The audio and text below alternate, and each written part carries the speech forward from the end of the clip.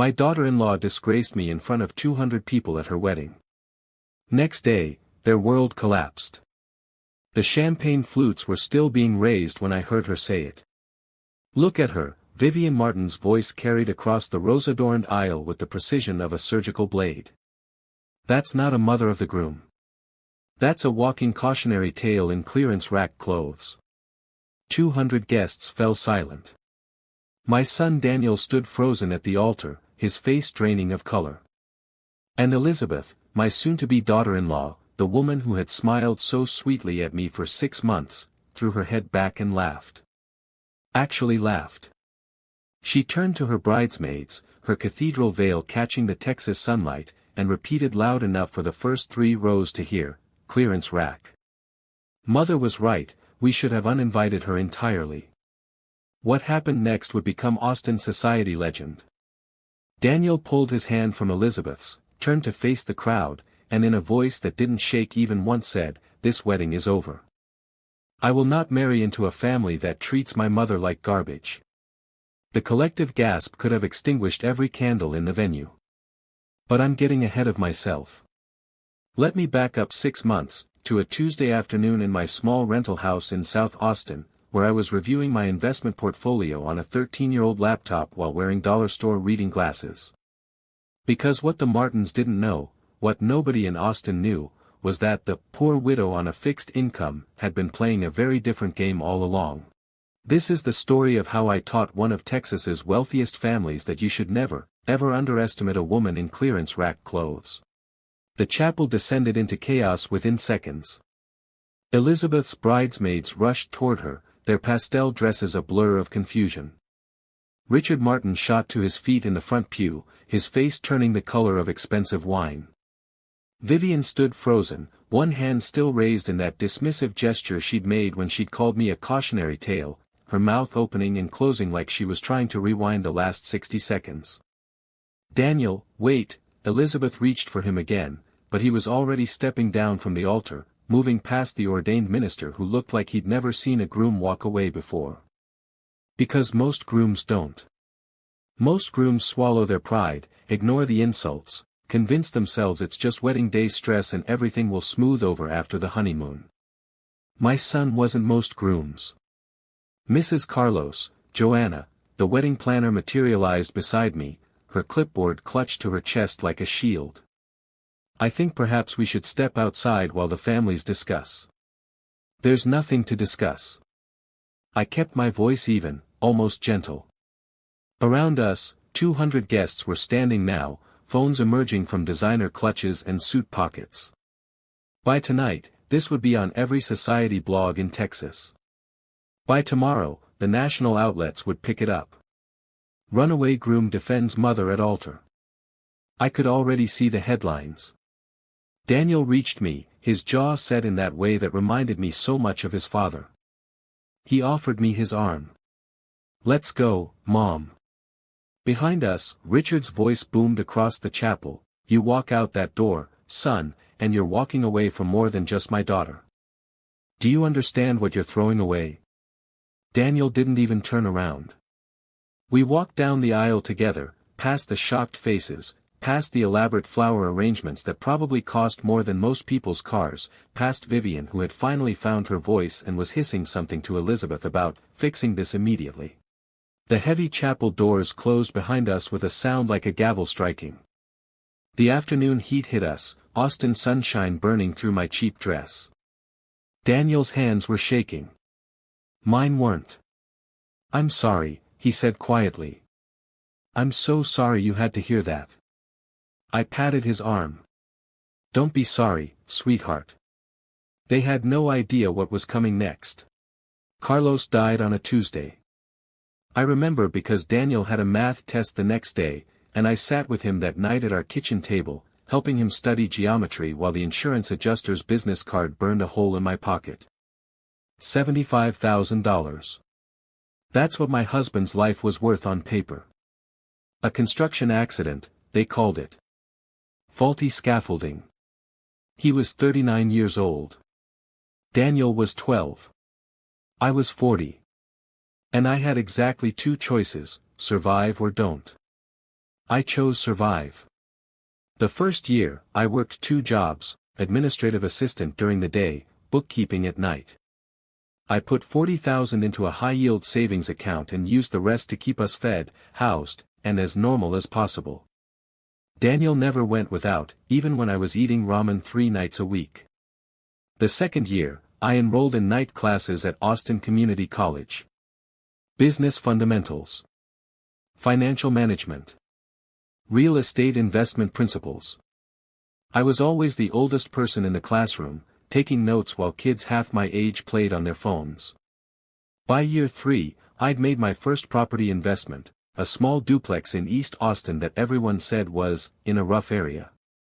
I paid $32,000 cash. Today it's worth $450,000. I rented it out, reinvested the income, and kept working my day jobs.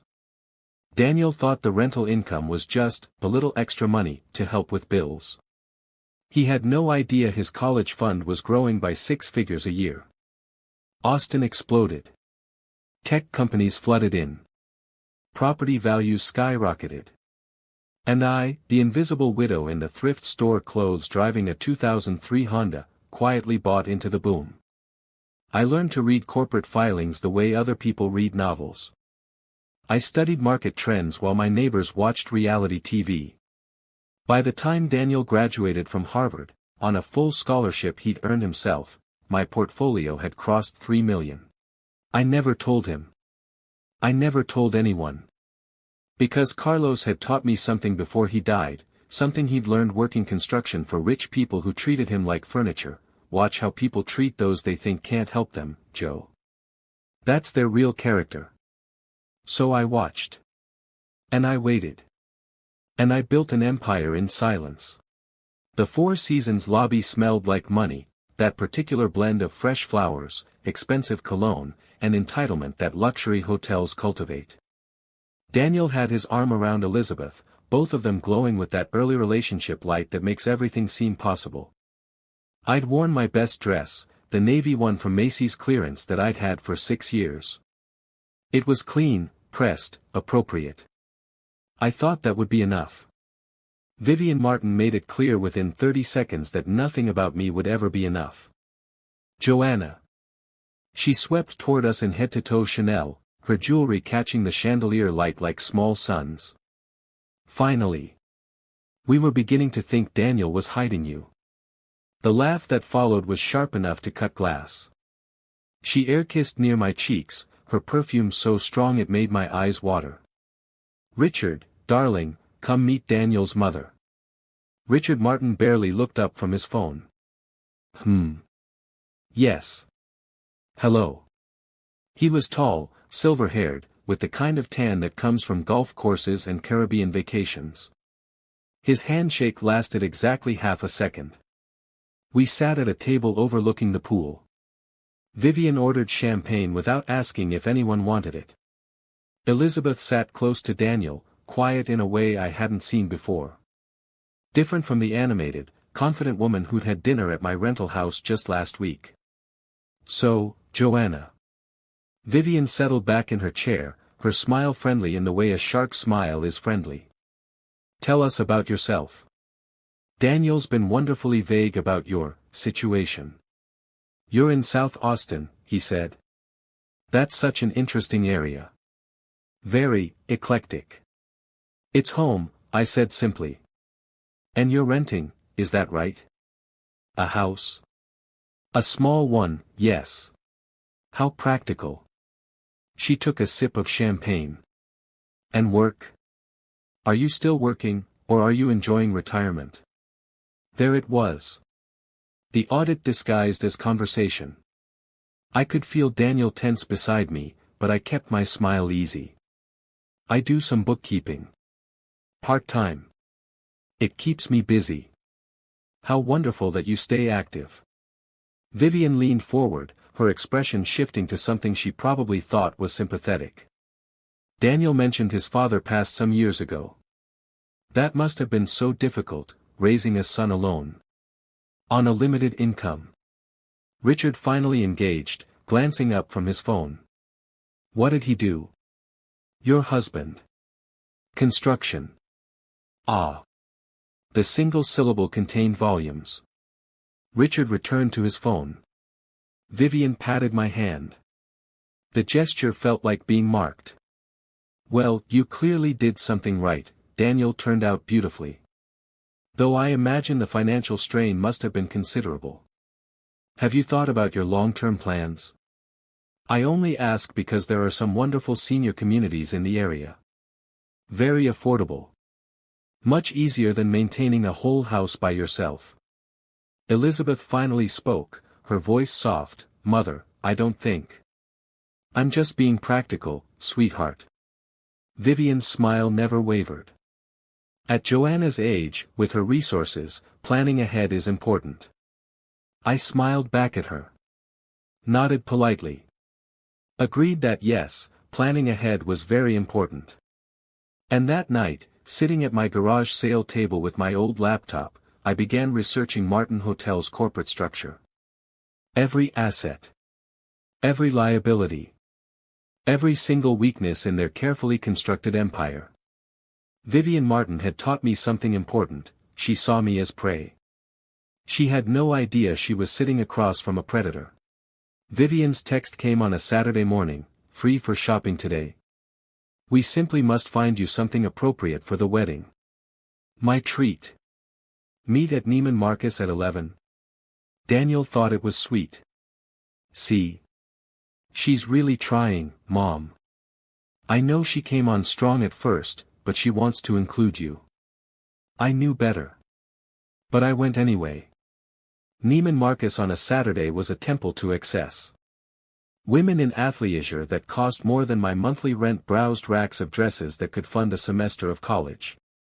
Vivian was waiting in the designer section, flanked by a personal shopper who looked like she'd stepped out of a fashion magazine. Joanna.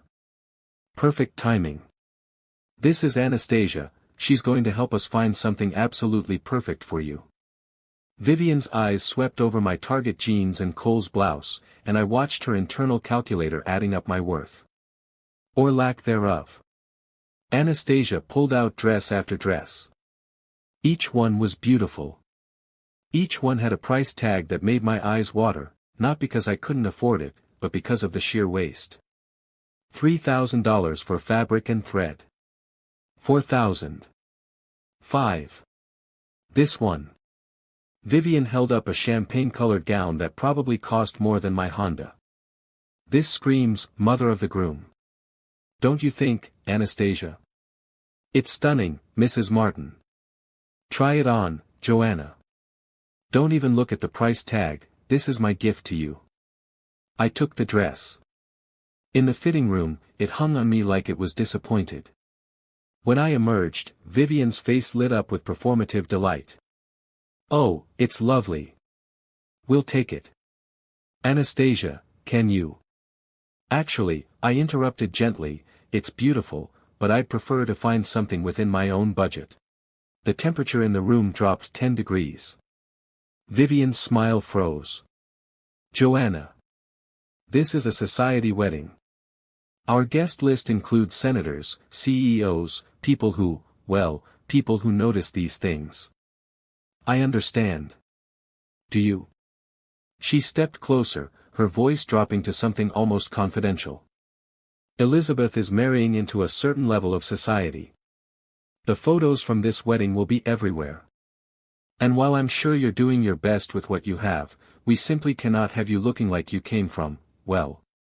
She gestured vaguely at my Target outfit. Where you came from. Anastasia suddenly became very interested in her iPad. I could feel the other shoppers pretending not to listen while absolutely listening. I'll find something appropriate, I said quietly. But I'll pay for it myself.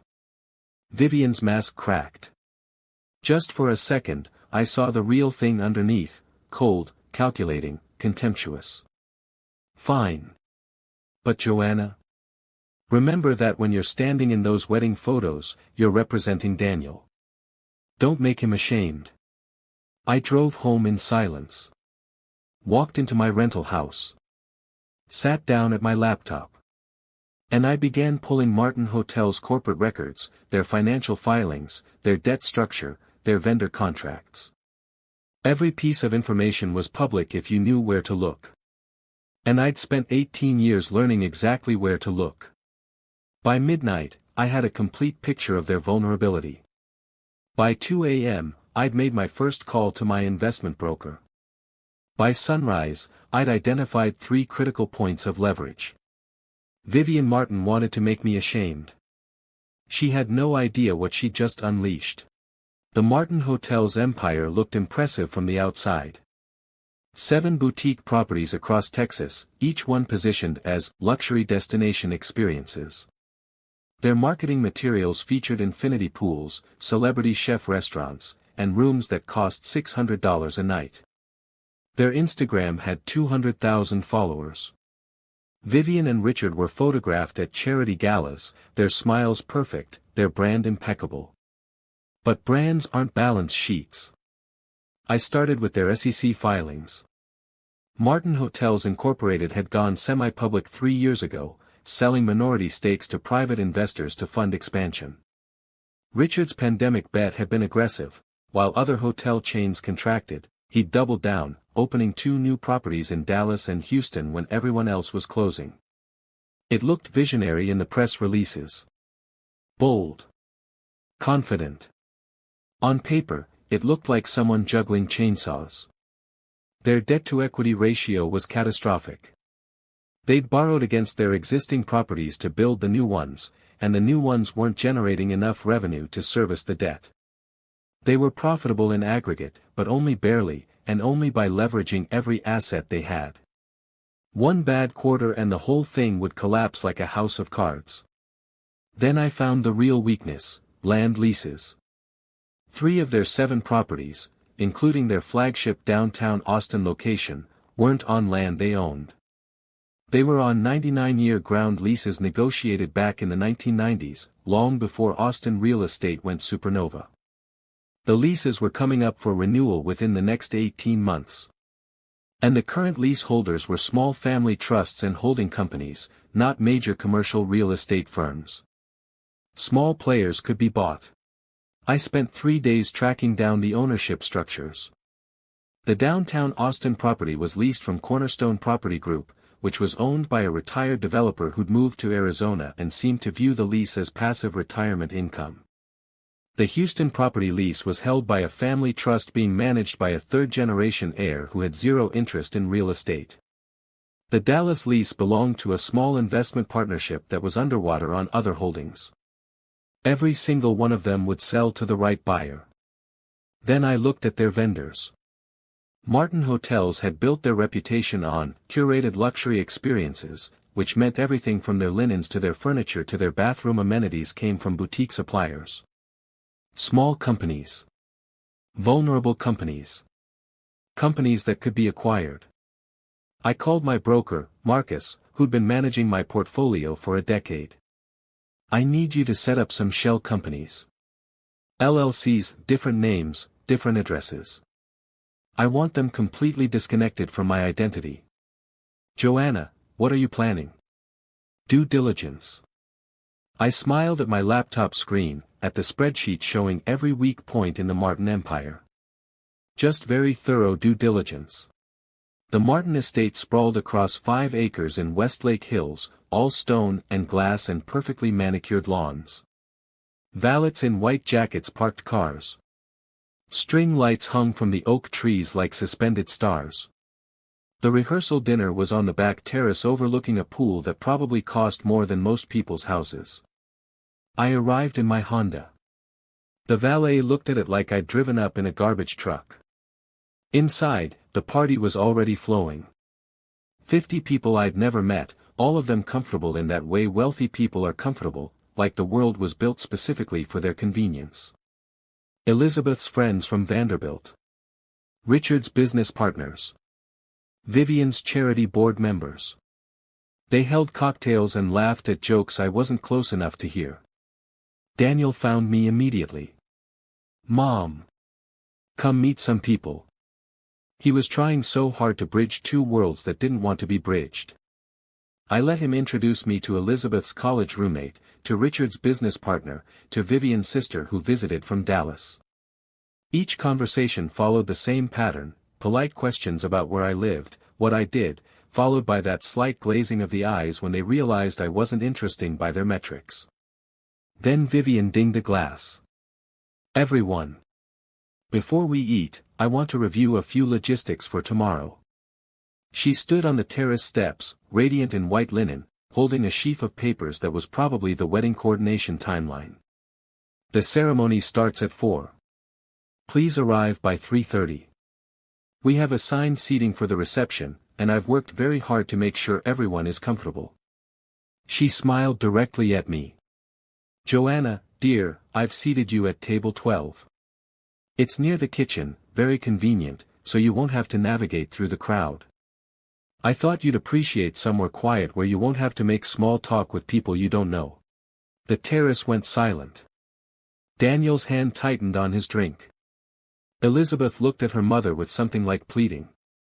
Table 12, I repeated. Yes. I think you'll find it perfect. Vivian's smile was titanium. Richard, darling, tell everyone about your wonderful offer to Daniel.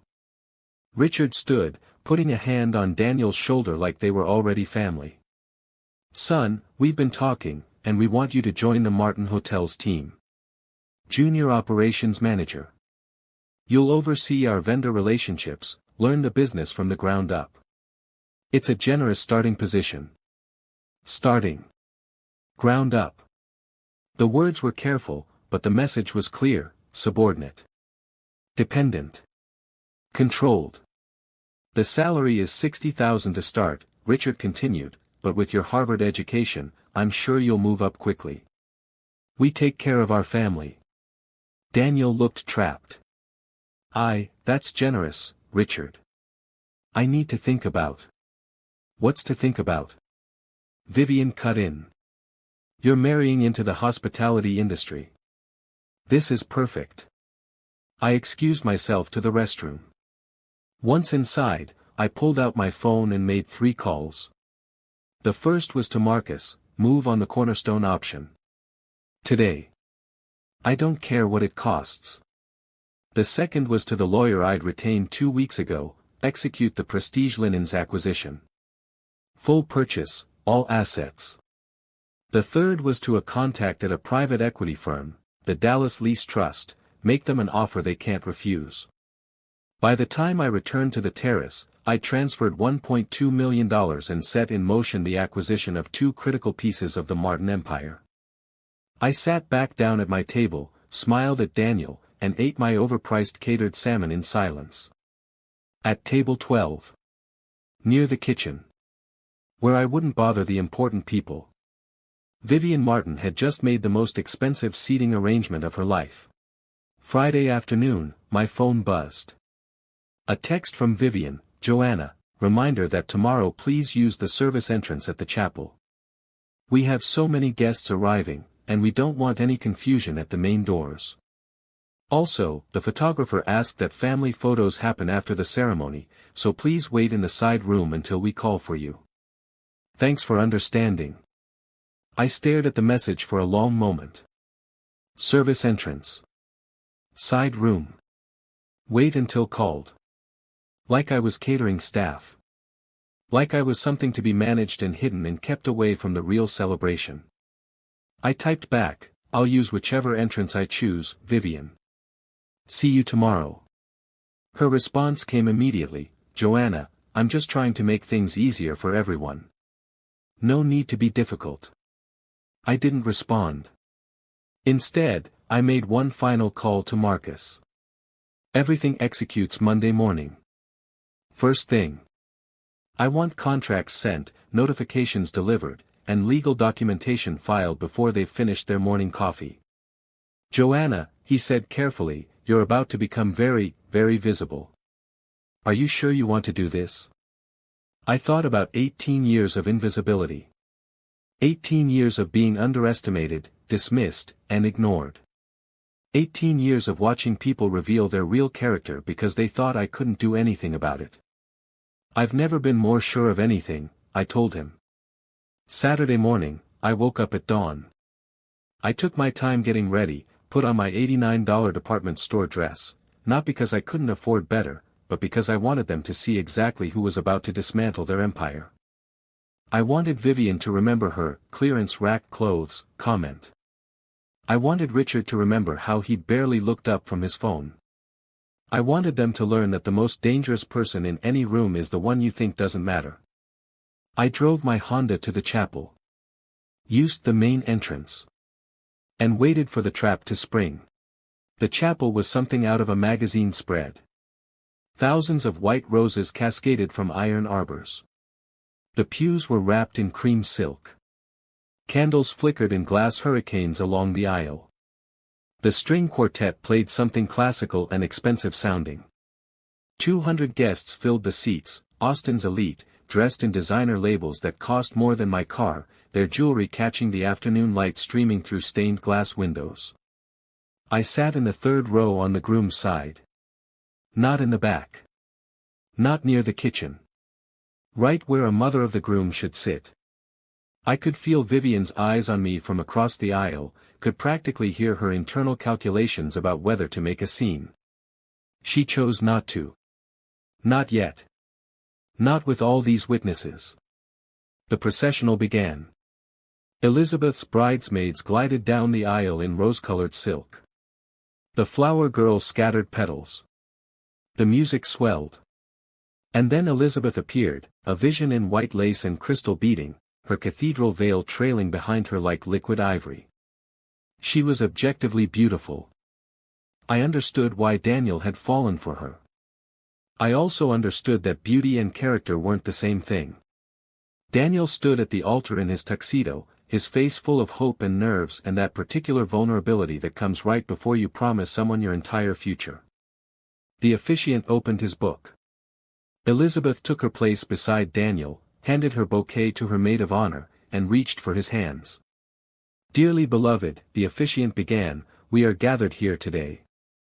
That's when Vivian leaned toward her sister and said it. She said it quietly, probably thought her voice wouldn't carry. But the acoustics in old chapels are designed to carry whispers to the back row. That's the whole point of the architecture. Look at her. Vivian's voice was a blade wrapped in silk. That's not a mother of the groom. That's a walking cautionary tale in clearance rack clothes.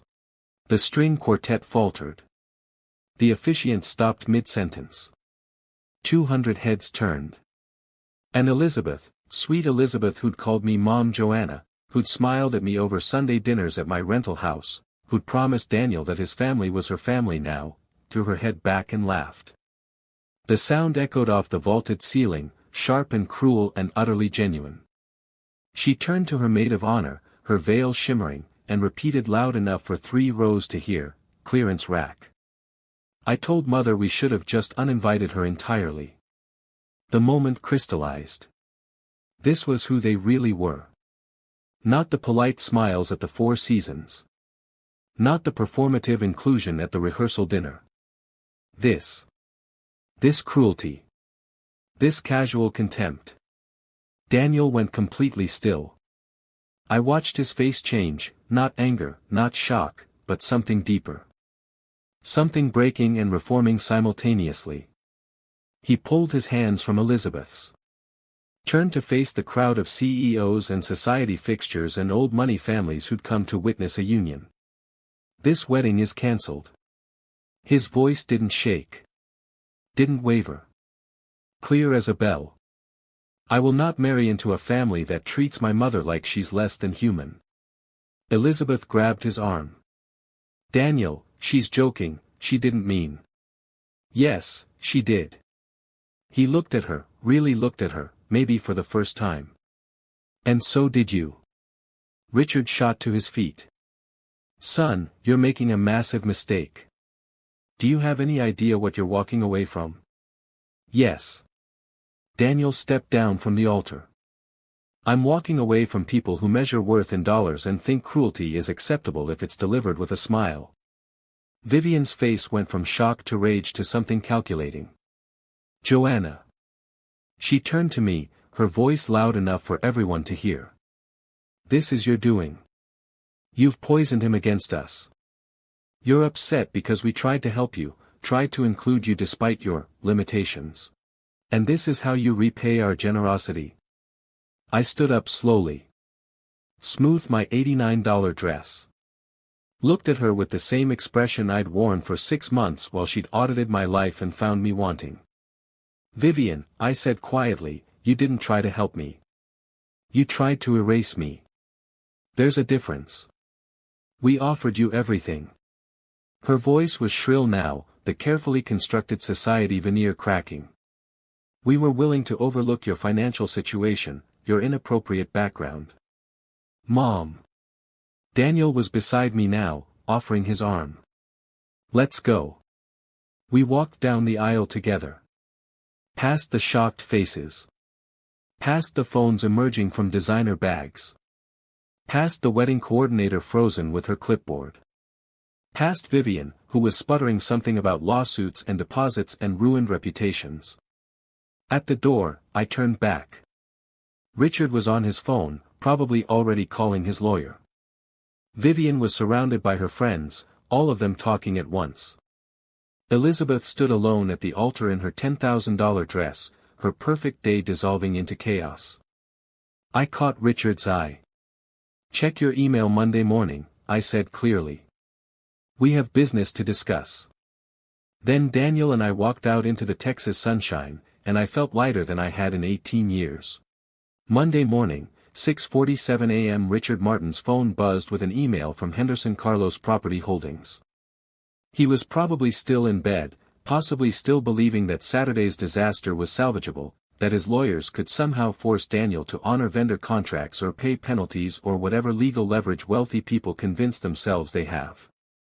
The email's subject line was simple, notice of lease acquisition and terms modification.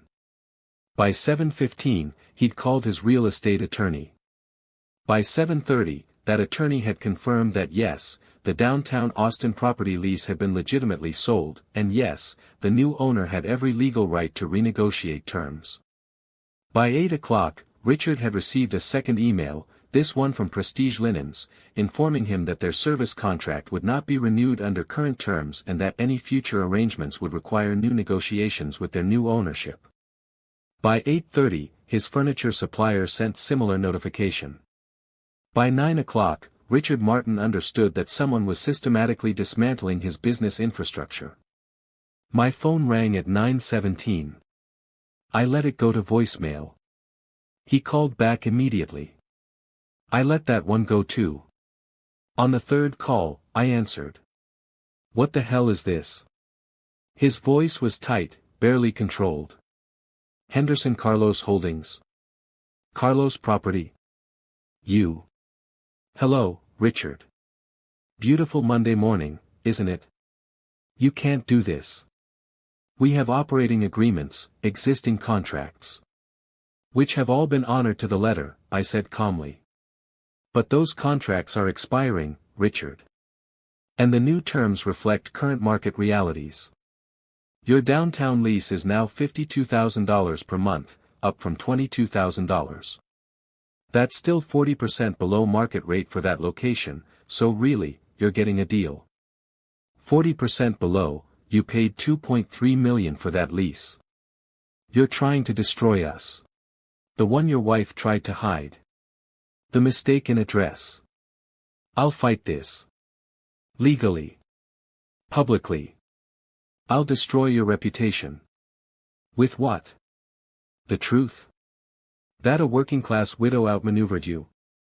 That you were so busy looking down on me that you never noticed I was buying your foundation out from under you? Please, Richard. Make this public. I'd love to watch you explain to Austin society how you got beat by someone in clearance rack clothes. He was quiet for a long moment.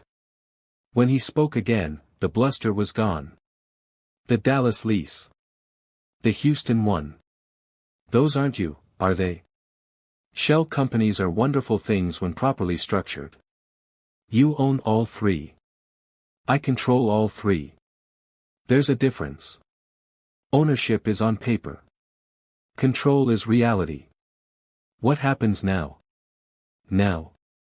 I smiled at my old laptop, at the spreadsheets showing every piece of the puzzle I'd assembled.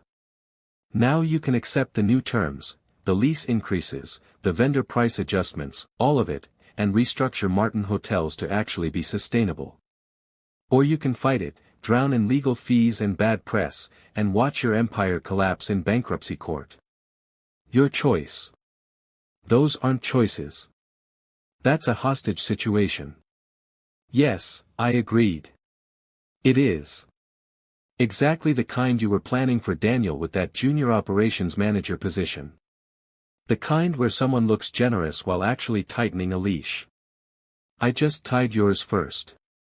I hung up before he could respond. Over the next 48 hours, the calls kept coming. Richard's lawyers, Vivian herself, crying, then threatening, then bargaining, even Elizabeth, who left a voicemail that started with, "I'm sorry you felt hurt by," and I deleted without listening to the rest. By Wednesday, the Austin Business Journal had the story, "Local hotel chain faces major restructuring after lease acquisitions." By Friday, the business press was calling it, "a case study in leveraged vulnerability." Saturday morning, exactly 1 week after the wedding that wasn't, Daniel and I had breakfast at my rental house. Scrambled eggs and grocery store coffee, same as always. He'd been quiet all week, processing everything, the cancelled wedding, the revelation about my wealth, the systematic dismantling of his almost in-law's empire. "Why didn't you tell me?" he finally asked. "About the money. The investments. All of it." I poured more coffee, took my time answering. "Because I needed to know you'd become a good man regardless of wealth, yours or anyone else's. And you did." I met his eyes. "You walked away from Elizabeth, from her family's money and connections, because they were cruel to your mother.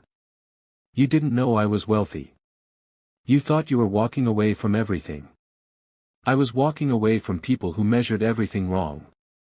He smiled, but it was sad around the edges. "I really loved her, Mom." "I know, sweetheart. But you loved who you thought she was. Not who she actually is when no one's watching." "Did you plan all of this? The whole thing?" "No.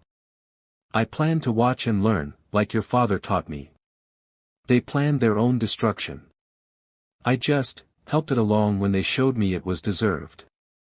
He laughed, and this time it was genuine. "You're terrifying. You know that, right? Only to people who underestimate me." I reached across the table, squeezed his hand. "Which, thankfully, is most people." 3 months later, I stood in my new condo overlooking Lady Bird Lake, watching the sunset paint the water gold and orange. The place was beautiful, floor-to-ceiling windows, modern kitchen, a balcony where I could drink my morning coffee and watch paddleboarders navigate the calm water. After 18 years in the rental house, I'd finally allowed myself to live openly in the wealth I'd built. It felt strange. Liberating and uncomfortable simultaneously.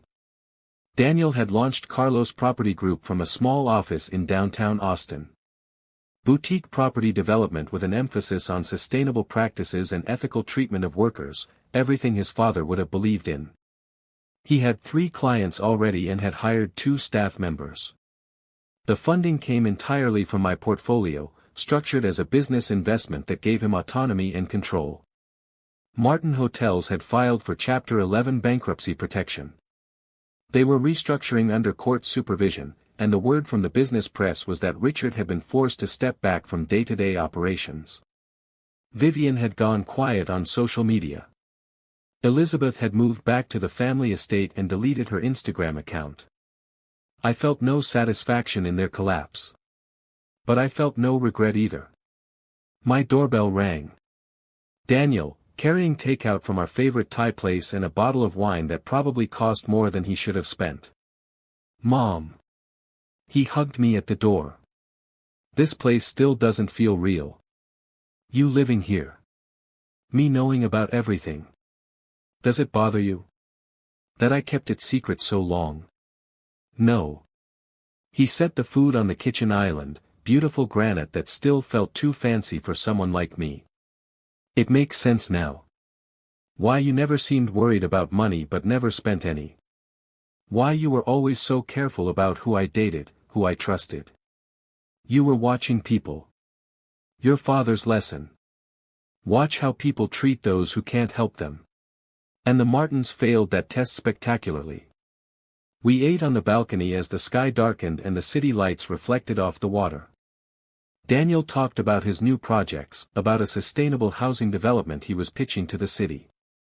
I listened and offered advice where I could, finally able to share the business knowledge I'd accumulated in secret for nearly 2 decades. Can I ask you something? Daniel set down his wine glass. The clearance rack clothes. The old car. The rental house. Now that everyone knows about the money, are you going to change all that?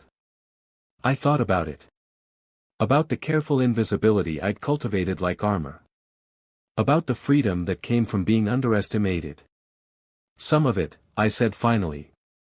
I like this condo. I'll probably get a newer car. But the rest? I smiled. People still see what they expect to see, Daniel. And there's power in that. In being underestimated. In watching while people assume you're not watching back. You're keeping the edge. I'm keeping the lesson your father taught me. The world shows you its real face when it thinks you can't do anything about what you see. And I've learned that the best way to see clearly is to make sure no one knows you're looking. He raised his glass. To clearance rack clothes and the woman who taught me that character matters more than capital. I clinked my glass against his. To your father. Who taught us both. We sat in comfortable silence as the city breathed below us, as the water reflected light like scattered diamonds, as the evening wrapped itself around us like a promise that everything, the loneliness, the sacrifice, the long years of careful watching and waiting, had been worth it. Daniel had become the kind of man who would walk away from wealth to defend his mother's dignity. I had built an empire that could protect him from anyone who tried to use money as a weapon. And the Martins had learned the most expensive lesson of their lives. That revenge, when calculated correctly, doesn't just feel sweet. It restructures reality. And the most dangerous person in any room is always the one you think doesn't matter. I just happened to be that person in clearance rack clothes.